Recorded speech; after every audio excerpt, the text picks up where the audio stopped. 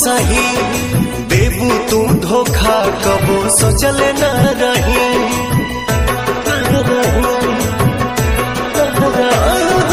लोगवा के बतिया कई दिहल तू सही देबू तू धोखा कबो सोचले न रही। पाके दूसरा के भोले भुला जाइबू हो, पाके दूसरा के भोले भुला जाइबू हो।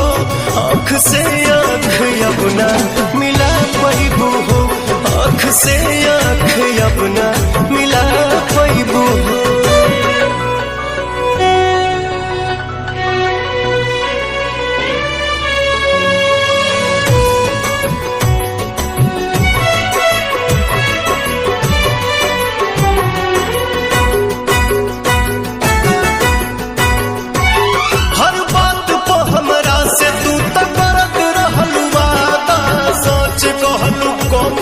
से झूठ बोललू ज्यादा,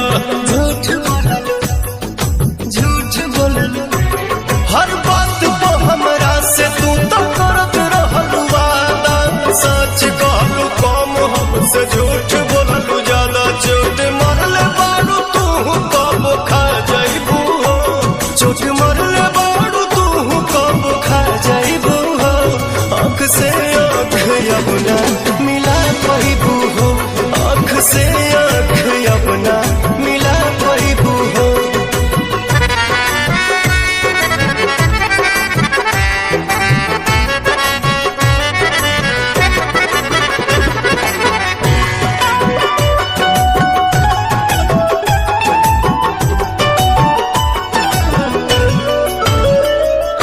टिकबू न कहीं तू जल्दी हाल रही ऐसन, हर केहू मिली नया जात पवन जैसन। याद पवन आजाद पवन टिकबू न कहीं तू जल्दी हाल रही ऐसन, हर केहू मिली नया जात पवन जैसन। हमर जान के तनो सोहरत तू पा जाइबू हो, हमर जान के तनो सोहरत तू पा जाइबू हो।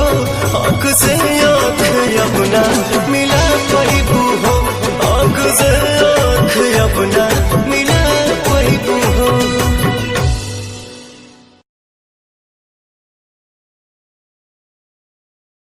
से आँख अपना